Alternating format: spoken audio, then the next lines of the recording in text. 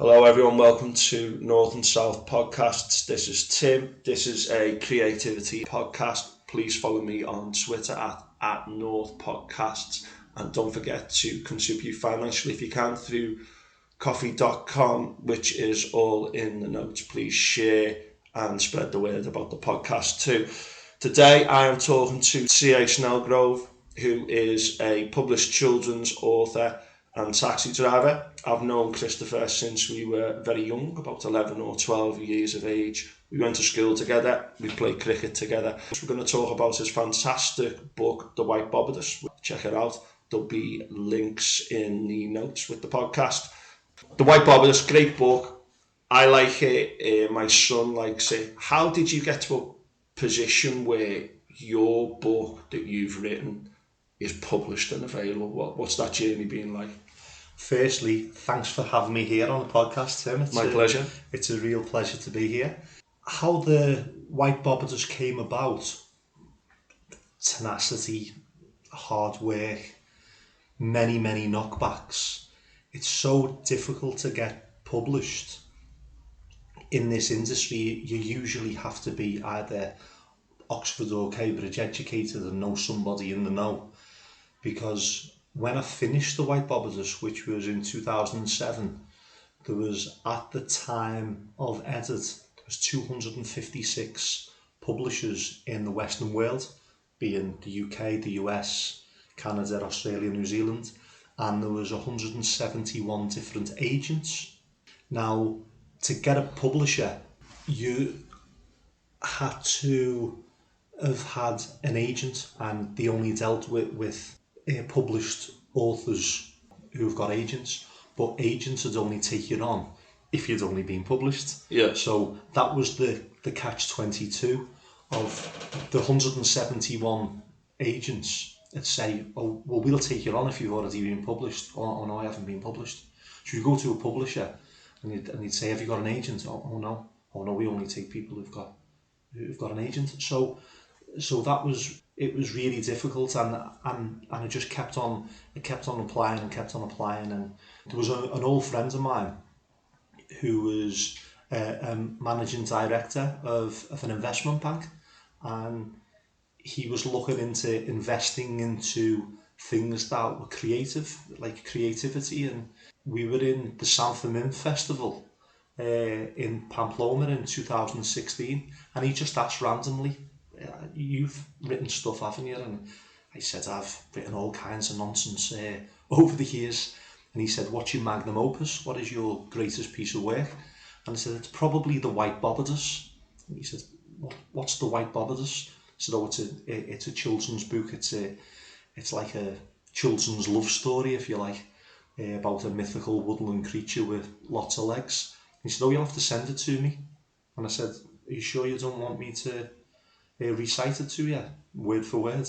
He said, and he said, how long is it? And I said, well, it's 58 stanzas, and it's written a non-perfect ballad. That's where the second line and the fourth line will rhyme, but the first and third don't. If the first and third do, that's then a perfect ballad. But and he said, yeah, if we've got time, how long is it? And I said, it's 7.5 minutes.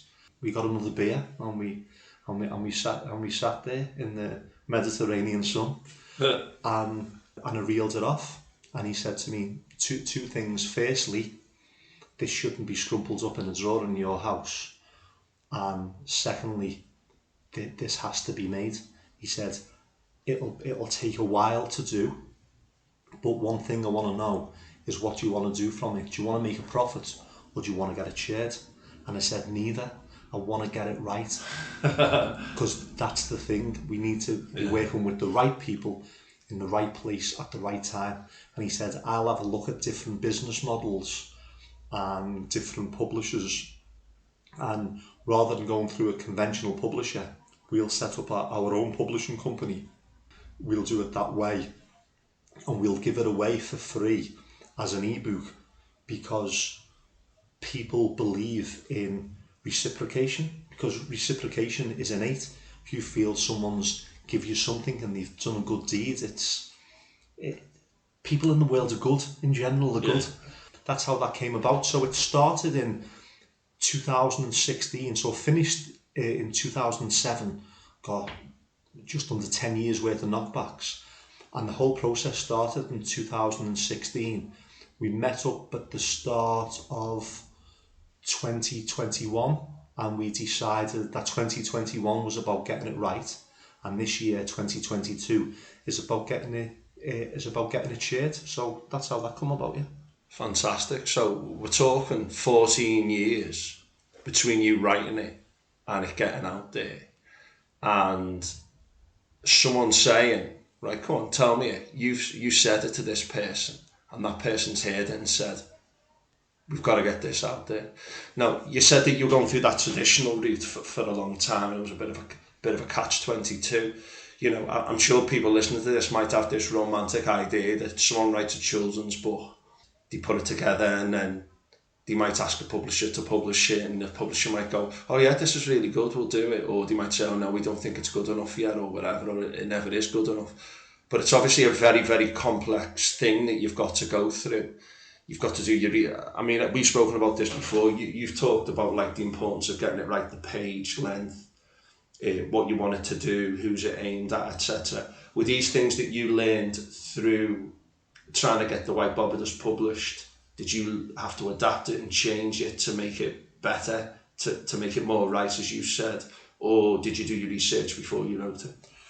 Probably a little bit of both. I've learned so much about myself and my writing style and the flow of, especially with picture books. There's an awful lot of picture book authors that have never taken ownership of being a picture book author. Like Dr. Zeus, or Dr. Zeus, however you want to pronounce his name, Theodore Giselle, was a journalist, and he seemed to scoff at the idea of being anything but the journalist. And come on, mate, people only know you because of the Cat in the Hat and the Grinch. Do you know what I mean? Take ownership of it. There was a guy who wrote Guess How Much I Love You, sold 50 million copies, but he was also a journalist and a playwright and a singer and an actor, and you know, just there just seems to be people who don't take ownership of the picture book world, and I do it. If I never do anything else, and I'm only forever and a day known as the guy who created the White Bobbadus, that's something that I'm at peace with. But something that you asked before about people having this romantic idea of, you write a story and you go to a publisher, the publisher won't even read it. Publishers don't even read it, because all they're looking for is for sausage meat to put their casing round. Yeah. Because every book in every bookshop everywhere in the world is just tied up capital, and that's how they see it as. So if you were to come up with a really good, or anyone listening to this was to come up with a really, really good children's book that would work, that children would love anywhere, and nobody's heard of them, they haven't got any sort of backing from anywhere, they haven't got anybody giving them any sort of support, like the support of I don't know, maybe like a local school or a reading club or a library. If they haven't got anything like that, they just won't read it at all. Whereas, no disrespect to Julia Donaldson, Julia Donaldson's the queen of this industry. She's created the Gruffalo. If Julia Donaldson was to write a story about a chimney pot that come to life, that had a little chimney pot face or whatever, again, the publishers wouldn't read it, they wouldn't edit it, but they'd publish it in a heartbeat, because they know she's already got an audience. Yeah. And I think that's what's difficult. And I don't want to say that to try and put people off, because I want more people to be writing and reading and be part of this world. But there was something that John Steinbeck once said, was, when you're writing something, don't get over focused going to end. Just carry on writing, just carry on writing away, and just enjoying what it is that you're doing. And sometimes there is an awful lot of luck, and there's an awful lot of serendipity that comes involved as well. you've just got to carry on, and you never know. You look at J.K. Rowling as the most successful children's author. I know it is in novellas, but the most successful children's author of all time. Nobody even read it. They didn't want to read it. It was only that in Australia, it was either Australia Puffin or Penguin. I know it was one of the seabirds. One of the seabird publishers went into their adult market was going into the children's market. So they seen this manuscript and thought, oh, we'll give it a go. She was knocked back by hundreds. She wasn't of that world. She wasn't of that alumni. But if her great grandfather would have been, I don't know, Oscar Wilde, then she'd have been published 20 years earlier. That's fascinating, that, because I was listening to a podcast recently about classical music, and this guy said that, you might be able to reel off some names of some famous classical musicians going back through history. He said, but they were a very, very, very small percentage of all the classical musicians who wrote symphonies, etc. at the time. And so much just disappears into history. And yet, you'd like to think that there's a meritocratic dimension to a lot of this. But again, a lot of it is luck, being in the right place at the right time. I mean, I've wrote a children's book for my niece and nephew, and I've shared it with you. Yeah. And I said, oh, this is quite good. It just came to me one day because of something that my niece was into. And I sent it to you, and you straight away went, I like this. He said, but by the way, now, because you've a published author and you've got that experience, I can then take that on board and go, then I can trial it with a group of people. If I was to then go to a publisher, I've spoken to another children's author who's looked at this and given me loads of advice. This is a great book. I took it to these people and they've liked it. Then their ears might prick up a little bit because you've done that. They will do a little bit more, but if you did give me your children's book, if I remember rightly, it's called Willow and the Whale. Yeah, that's correct. There we go. Well remembered. Yes, so Willow and the Whale. If you'd have given me Willow and the Whale 10 years ago, my opinion and my critique would have been pretty similar to what it's been after I've been published. Yeah. But there's things that I know now that I wouldn't have known then, but at the same time I wouldn't have had the same amount of credence than what, even though 10 years ago the White Bobbadus was no different than what it is now. It's just that the flow is better and the cadence is better and the page numbers, that was a thing of, if you were to look and to buy a children's picture book for age 4 to 8 year olds, as soon as you see that it's anything other than 32 pages, it wouldn't have been professionally done and it'll have been rushed. And it'll be the eager. 32 pages that's the ultimate. Yeah. That is the gold medal of getting it right. It's just a blueprint for all of them to get right. Now, if you're doing a children's picture book and it's 45 pages long, you're losing your audience. If it's only 17 pages long, as soon as you finish, you want another book. Yeah. It's about getting that right length. Yeah. And if you haven't done that, they'll think, they haven't done the research in the first place. There was.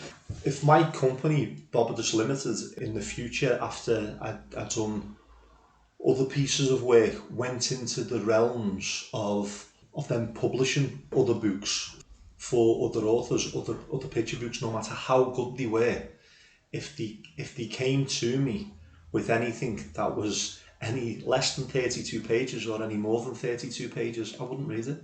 If I was inundated, I'd probably have someone there saying, just give me all the ones that are 32 pages. Now, if this goes out and this goes viral everywhere, and everyone's listening to the wonderful North and South podcast, everyone's only ever going to give me stuff that's 32 pages to read out. But the idea, it's not forcing or shoehorning your story into 32 pages.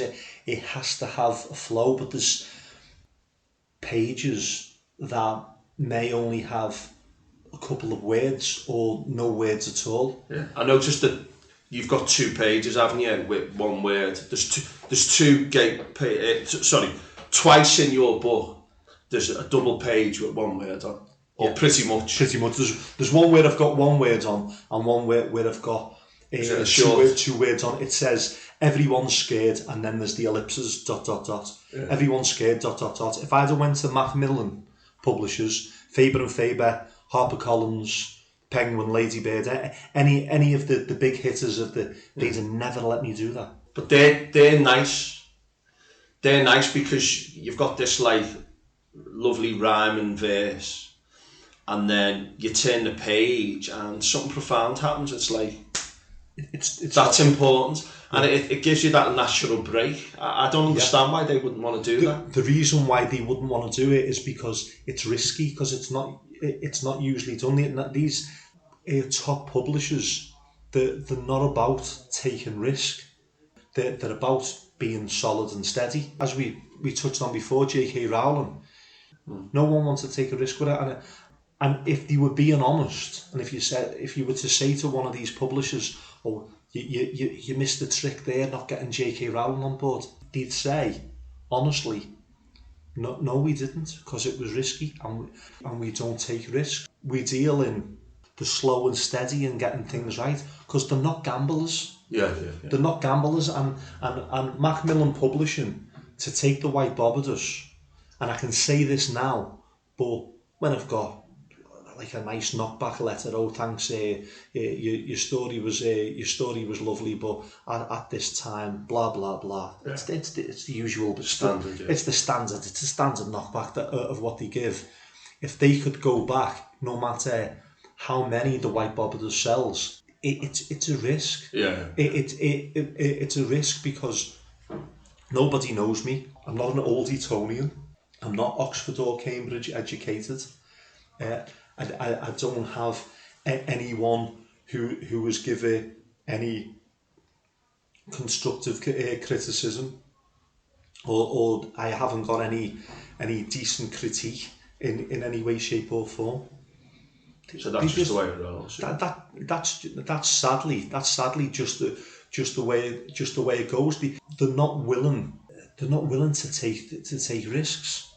It's the same with anything new.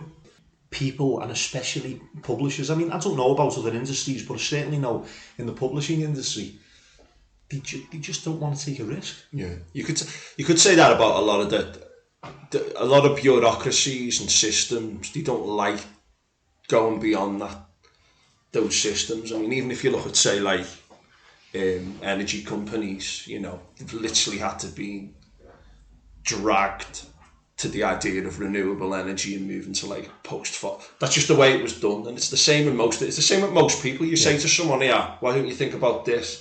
There's an immediate reaction against it, and it's the same in the industries. But that perseverance you had to get it published, well, obviously, I'd recommend anyone to read the White Bobbadus, to buy it for people.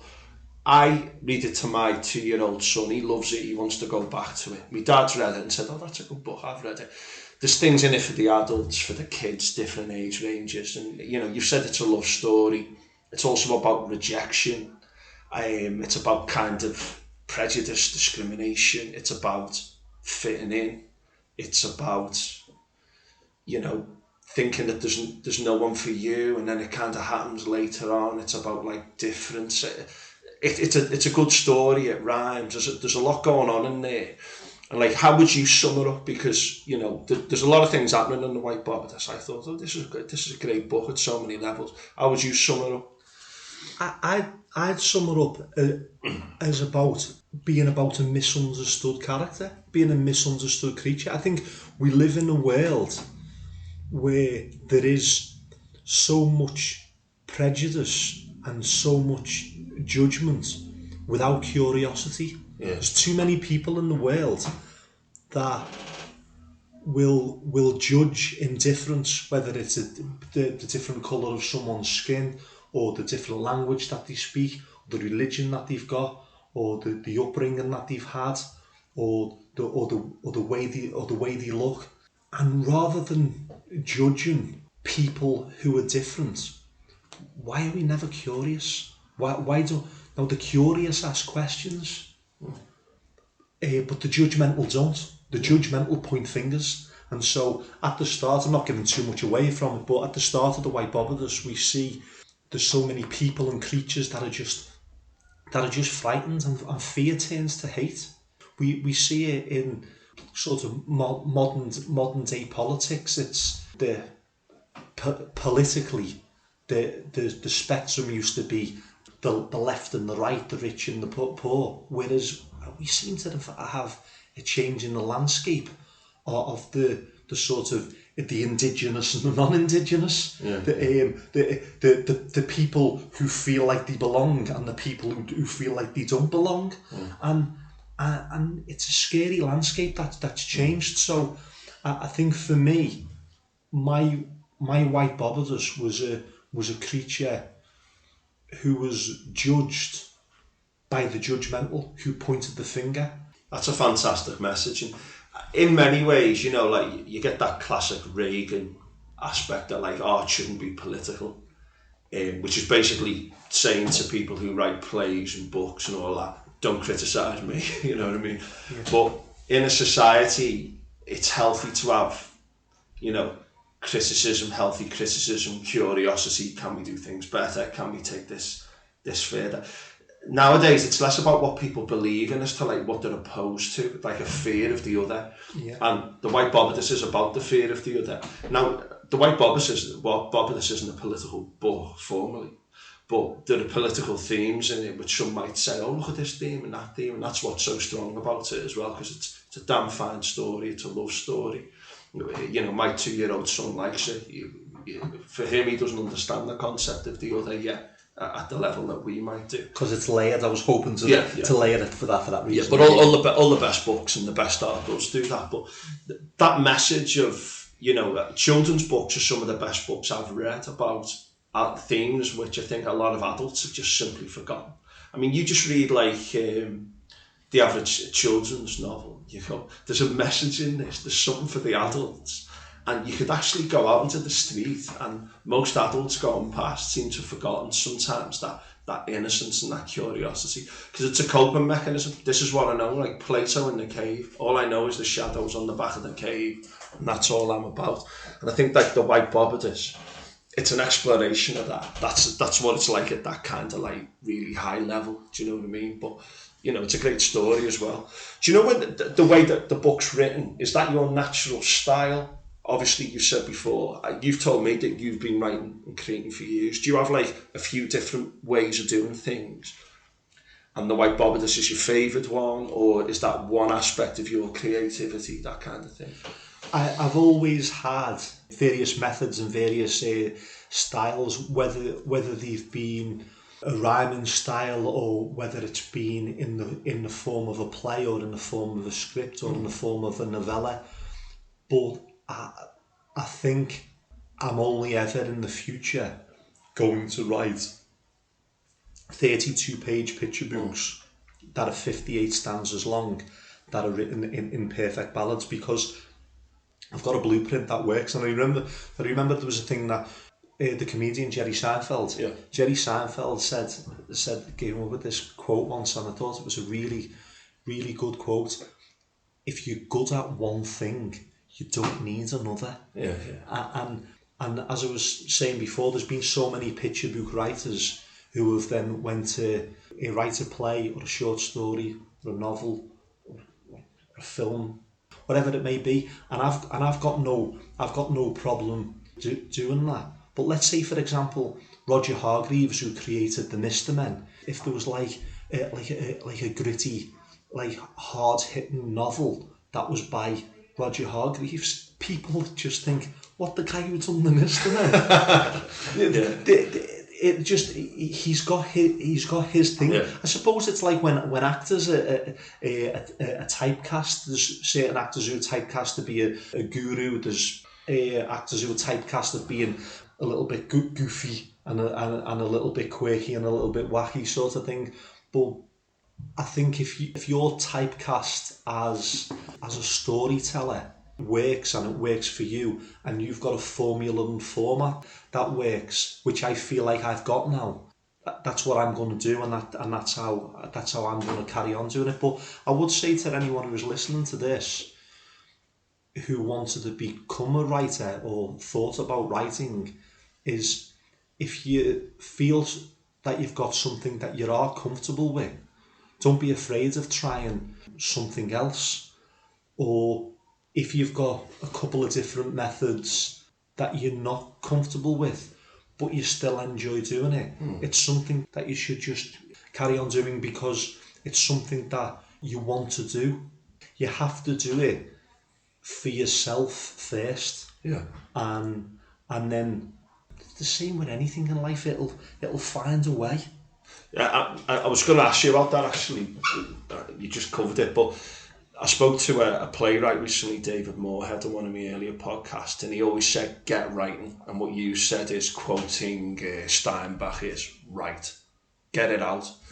There's a cathartic element, there's an expressive element. You might have different things that you feel that you need to get out, but don't be afraid of that one thing that you are really good at or that you get acknowledged for, and saying, that's my niche. And what you've said is, for years you've been doing this and you found that niche, and that's what you're going to do it. And you still might need to write other things, but you're going to focus on that, and that's what going to be your kind of your main objective moving forward. I think that the art of writing is, you've told me that you used to take time off work to write. How do you write? How do you fit it into your day? Is there a time in the day when you're better at writing? How does that work for you? Well, because you've got kids, you've got another job what you do, so how does it work for you? Well, the reason why, I know you're going to touch on the taxi trade, the reason why I came on the taxis in 2000, in August 2000, which is coming up to 22 years ago, and I had little ideas that I was scrapping around, and before that I'd done your bog standard 9 to 5 office jobs, and if you get like a sort of like a real creative pang of something that you think, you know what, this will work, I need to get this down. You know, if you're in a 9 to 5 office, you can't just stop. You can't just stop what you're doing, and that's why I wanted a job that I could work of a night, so I could write of a day, but I could write of a day and work of a night. And people usually say about I'm working 24/7 or I'm doing this 24/7. But if you're asking most people how many hours are in a week, I don't think they'd say 168 off the top of the head.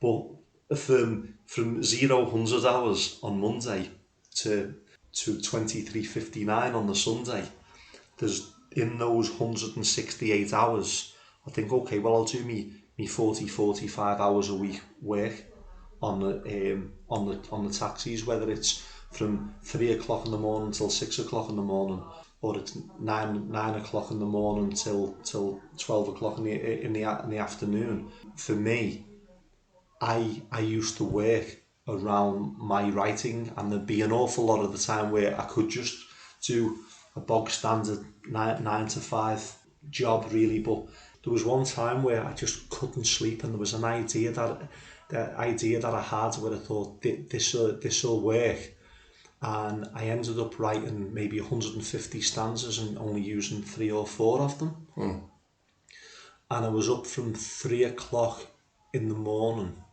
to 7 o'clock in the morning, so I obviously then was really tired, had some breakfast, went to sleep or whatnot, and because I'd then missed the whole day, I was then working all night on a Saturday night, and that was the beauty of the taxi trade, of what I'd missed out on what would be conventional work hours. Yeah. I'd then make up for on what people would call in general unsociable hours, but your unsociable hours, it depends what your social life is. Yeah. That depends what is sociable and what is unsociable. I have a notebook with me all the time. I'm a teacher, and my days are quite rigid, but I always have a notebook with me, and if I get an idea, a thought, a poem, a story, an idea for a story or an article or whatever, I write it down. And I mean, even this podcast's part of what I would call the doorstep mile, which is something I've spoken of before. Like, getting started is often the biggest obstacle. in things. And it sounded like you got a job in the taxis where the writing and the taxis were almost like yin and yang. They fitted together nicely. Absolutely. I totally concur with that. The taxi trade and me taxi family, to be honest with you, the guys who have met on the cabs were all sort of rivals for work for where the next job comes from. It's they've been massively supportive of what it is that I do, and they're a real good bunch of lads. It's a good it's good for that side of things, but it is the type of job, if you're comfortable with working like early hours in the morning and you're picking drunken vagrants up at 3 o'clock on a Saturday night with kebab juice all over the face and stuff like that, you know. It's of a Saturday night, really late of a Saturday night, your hourly earn triple that of what they are daytime. But if there was a Saturday night where I had an idea and I thought this really works and I've got to get this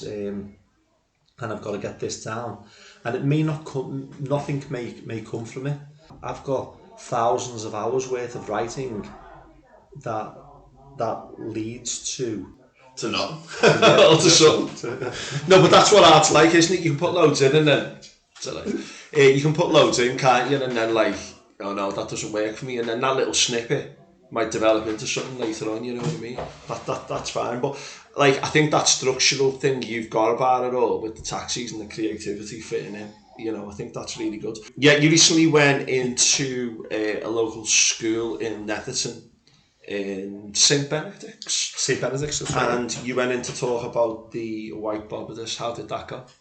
It was daunting, but it was brilliant. The headmaster there, Mike Phillips, he was great. He guided me around. We thought it'd be better for me to get my nerves out by doing the nursery and the reception first, but then that was just a bad idea doing them first, because the nursery and reception kids, they're great for the White Bobbadus if they sat on your knee and you're reading it to them, or like sort of nan and granddad or mum and dad sat at the end of the bed reading the story to them, as you've done to with your son. It's like sort of sat on his granddad's knee and showing him the pictures and going through the story. But when you get a bigger cohort of 3 and 4 year olds together, one's got the fingers up one of the other one's noses and they're eating each other's hair and just rolling around on the carpet, and it was a baptism of fire. It really was. However, so were you reading from the book? I was reading to the book and showing them the pictures, and then so because year 1 and 2 were doing phonics at the time, I had to do nursery, reception, and then straight to year 3. And when I seen year 3 were doing The Lion, the Witch and the Wardrobe, and I thought, oh my God, I'm going in and reading my new fresh picture book to kids who are reading C.S. Lewis. and I thought, oh, how am I going to handle this? And this little girl, and I remember her name was Ella, because she said, hello, my name's Ella, what's your name? I said, my name's Christopher. She gave me a little fist bump and said, please. She went, pleased to meet you, Christopher. She said, are you the author who's coming to read to us? And I said, yeah, I am. And she went, oh, lovely. I've been looking forward to this all week. And that extinguished any nerves that I had. As soon as she said, I've been looking forward to this all week, I thought, these kids want me to be here. They want me to be here, and they want me to read to them. And then after that, it was fine. And they asked some really good questions as well about, you know, what should they be reading, in my opinion, what for their different age groups, and how or what should they be writing at this moment if they wanted to become a writer. There was one girl who said, I'd really like to become a writer of some sort. What would your advice be for me now as a 10-year-old? If I want to be a writer in the future, I said, do you keep a diary? And she said, no, not really. I said, well, keep a diary. I said, and if you can keep a diary and you can keep to it, that'll show the focus, the desire and the tenacity that you've got. There's 365 days in a year, and 300 of them, nothing will happen. Nothing at all. You'll just get up, you'll have your breakfast, you'll go to school, you'll come home, you'll have your egg and chips, you'll go to bed. Nothing will happen. But if in 65 days, that's 9 weeks, something happens, you've got so much material there. Yeah. That you'll find, and even in the nothingness, you might find. Yeah. So you might find something. So just keep writing, but to keep a diary. She said, "Can I just make a note of that?" So she had this little pad and paper, and I said, "If you don't mind me asking, what are you writing there?" She said, "I'm writing down. Ask Mum to buy me a diary." Yeah. So if nothing else comes from the experience, the fact that there's a little girl who doesn't keep a diary, who's going to keep a diary because she wants to be a writer. She may be a journalist in the future. She may be a playwright. She may be a novelist. She may be, and I think that's what it is that I've wanted to set out to do, to get people talking to each other and inspired, because yeah, creativity, over the last decade in particular, there's been a lot of moves away from creativity in schools, because creativity, it's hard to quantify in the sense of what might be called more traditional measurable approaches to education, which I think is a terrible thing. You've got secondary schools now which like they're cutting back on like music and drama and all that. I think it's terrible. But going back to what you've just said, I forget the guy who wrote Millions, Liverpool author, I forget his name. Frank Cottrell Boyce. Frank Cottrell Boyce. I spoke to him years ago. He came in and spoke to pupils in one of my previous schools about like being a writer, and he said keep a diary. He said if you're not a writer or you want to be a writer or you want to try, he said keep a diary and write down 3. I've mentioned this on another podcast. Write down 3 things that have happened that day from someone else's perspective, that someone else has experienced. So then you're commenting on their experiences. And it's those little things like having a notebook, setting time aside. Right, I've got an idea, let's see where it goes. It might go nowhere. Writing things down, and from that you might get narratives.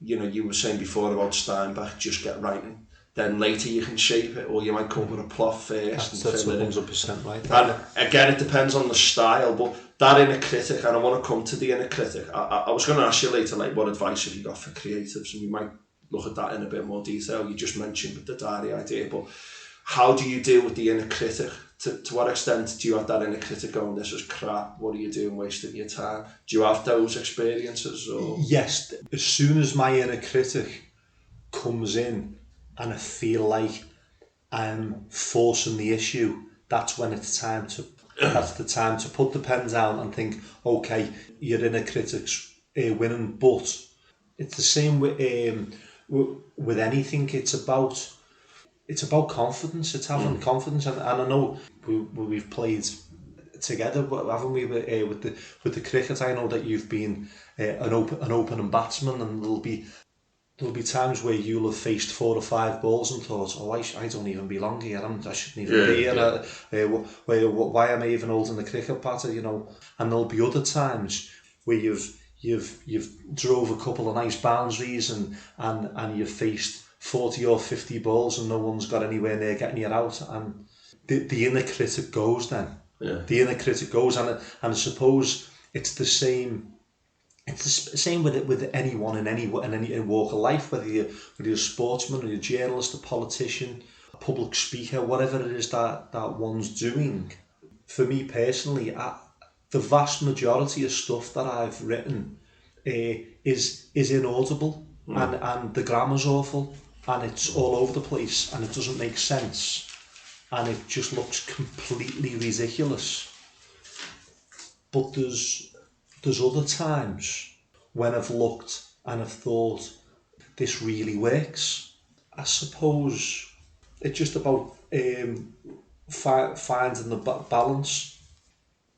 One's inner critic can be a good servant, but be a terrible master. Yeah, do you say that about the mind? But Yeah. you're right. It's about knowing when to say, right, you are helping me here with this and I'm not in the right mood, but not letting it dominate. Yeah, I'm not. Because there might be times when you go, right, I'm going to write a couple of pages here. I'm not really feeling it, but I'm going to write a couple, and then after that, them 2 pages, I'll move away if I'm still not feeling it. I personally don't think you should give yourself any sort of time of how many pages. It should just be a case of, right, I'm going to have a little write, I'm going to have a little write down, and all of your little notes and your things that you've scrapped about with and stuff, and then just, you may even just be reading over old stuff. Reading over old stuff and think, oh, I can do something with that, or I can do something with this, and then it's something that you can then chop and chop and change from there, which is a good thing to do. Most writers have a thing what they call a beat sheet. Now, BEAT.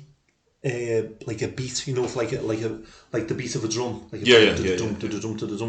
So your beat sheet will be source A will go to source B to source C to source D. So you one comment, one sentence, one thing that'll happen that'll go into the next one, into the next one, into the next one, and these beats will go on, and then you may then find that then it'll come to the end, and then you can, from source A to source B, your story will then go from source B. It may just take a completely different turn, and it may go somewhere else, and that's just about allowing yourself to have that flow, really. Yeah. To what extent would you say that it's better to have it planned out first, the plot, as it were, and then you fill it in, or would you write and see how it goes, or elements of both? I'd say elements of both. I think it comes down purely to the individual. I think, and it depends on the length of something that you're writing as well. If you know how you want your plot or how you want your story to end, you've got something to aim for. There's a target there, but if you've got then more to say before you reach that target, it may look like you're trying to force the penultimate before you come to the end. But rather than then forcing the penultimate, let's say for example, you've got the end, and it was a novella, and it ends on, and this is page 300, and you're up to page 290, but you know how page 300 is going to be, and you're writing 10 pages, but you think these 10 pages are going to be 40 pages, but you know it can only be 300 pages long, but you've gone over. That's when your editing comes in then. But rather than thinking, I'm getting these 30 pages squeezed in to 10 pages because it has to be 300, overwrite and edit. Always, with any forms of writing, you're always overwrite and edit. I mean, as I say, my White Bobbadus is 58 stanzas. That's probably been cut down from over 100. Some have been similes that maybe haven't rhymed. The vast majority would have been in perfect balance, but they may have taken the story off onto a tangent where I wouldn't want it to go, but I've just carried on. I've just carried on with it, and then just taken little bits out because I've wanted it to be as simplistic as possible, and I like to think when people read the White Bobbadus, they'd look and think, this is easy, I could do that. It's just, and I think, and I take that as a compliment, because it does look easy and it does look simple, and it just looks like it's got that easy, simple flow to it.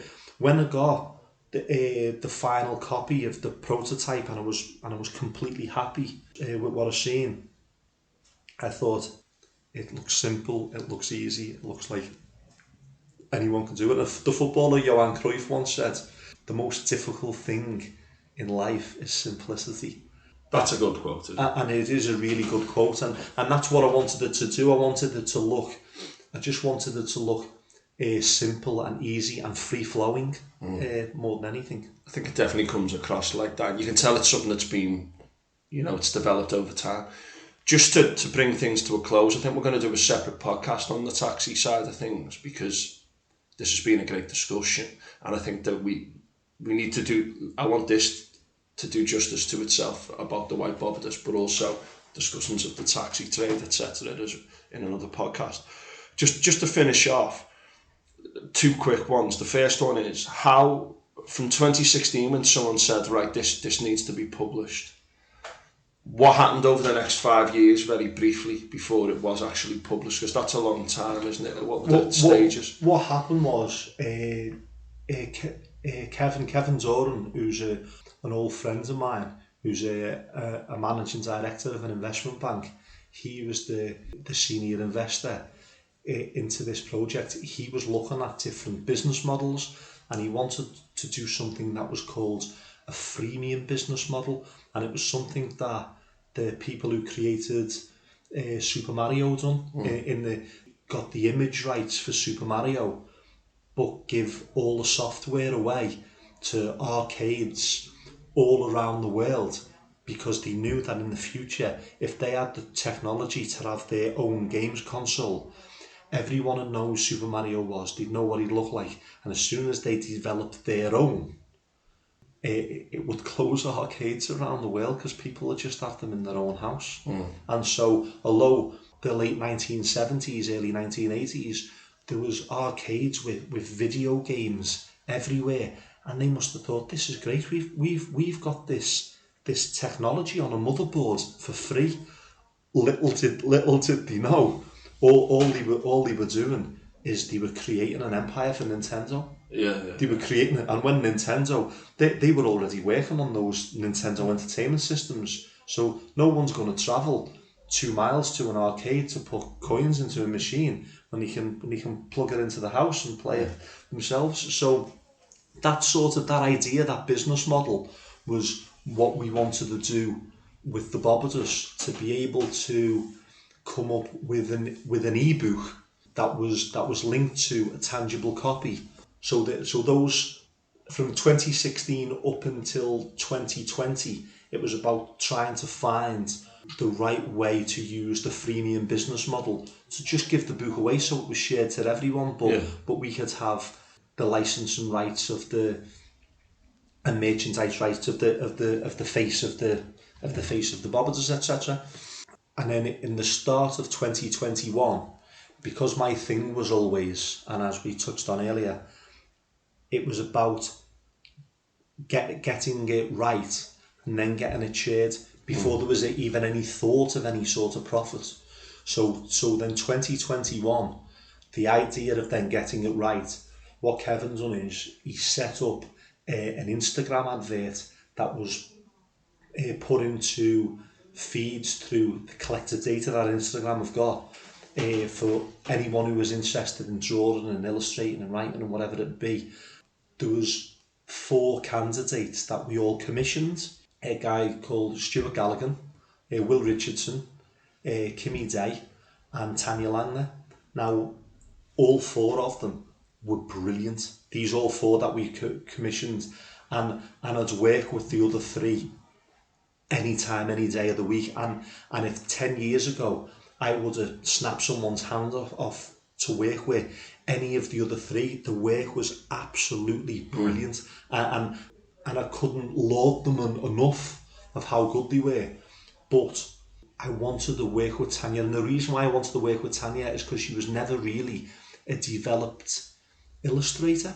She was a concept designer that wanted to be an illustrator and wanted to develop this, and she's an absolute perfectionist. She lives in Bath with her husband, Nick, and her 2 children, and she's originally from Austria, and it was just something that she wanted to do.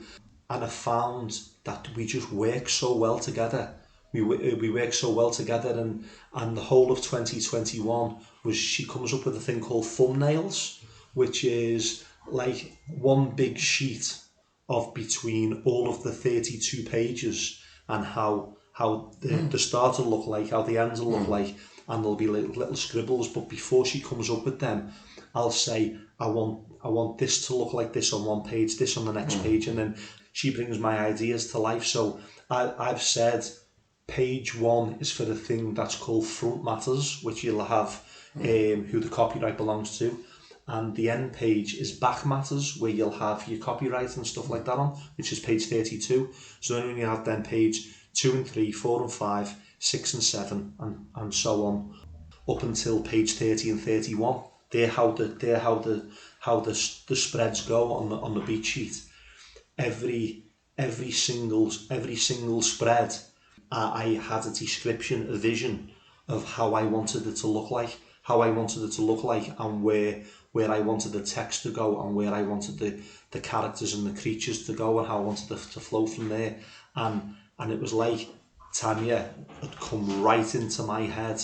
Tanya Langner, who was like, she came right into my head, and then what was in my head came out onto the page. It was just, it couldn't have been more perfect for how I wanted it to be. The illustrations are excellent though, aren't they? And they do complement things well, and it's good to see that you've got that kind of understanding. It's hard to explain it, isn't it? Yeah, it really is, yeah. And then that's 5 years before you get the book published, so it's quite a long process, isn't it? Yeah, well, I met Tanya was fully on board on March of last year. So that was that late in the process? Yeah, that late in the process, sorry. Yeah, so Tanya, we only started looking for an illustrator. We started looking for an illustrator in 2021. Started 2021. There's 4 or 5 years up to that stage. Up to that stage, yeah. When we found Tanya in March of 2021, and we started working through Zoom calls, obviously because of COVID and whatnot. So we're working through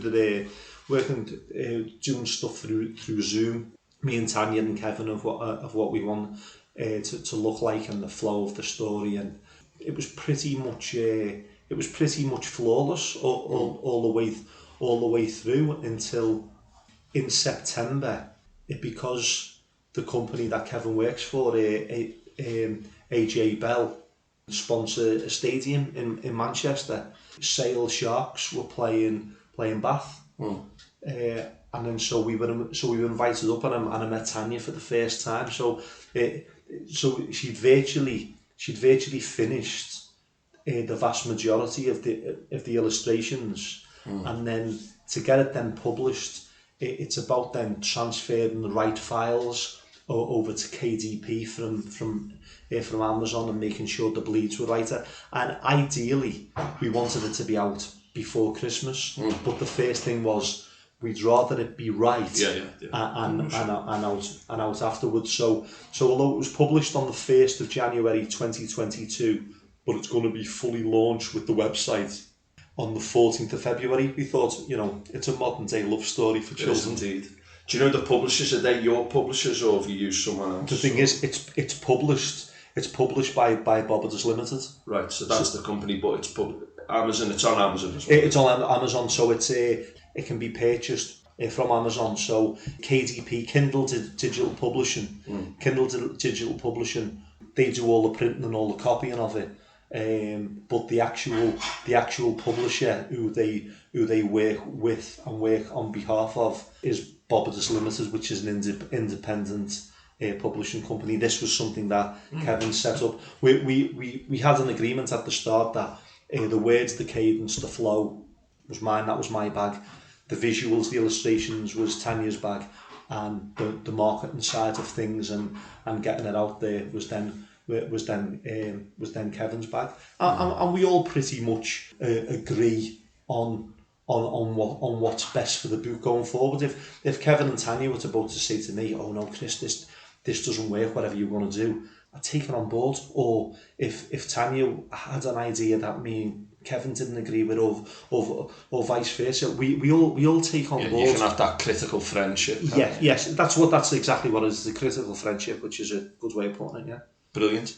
Well, it's been like a long road, but it's out there, and I would recommend people buy it, read it, buy it for others.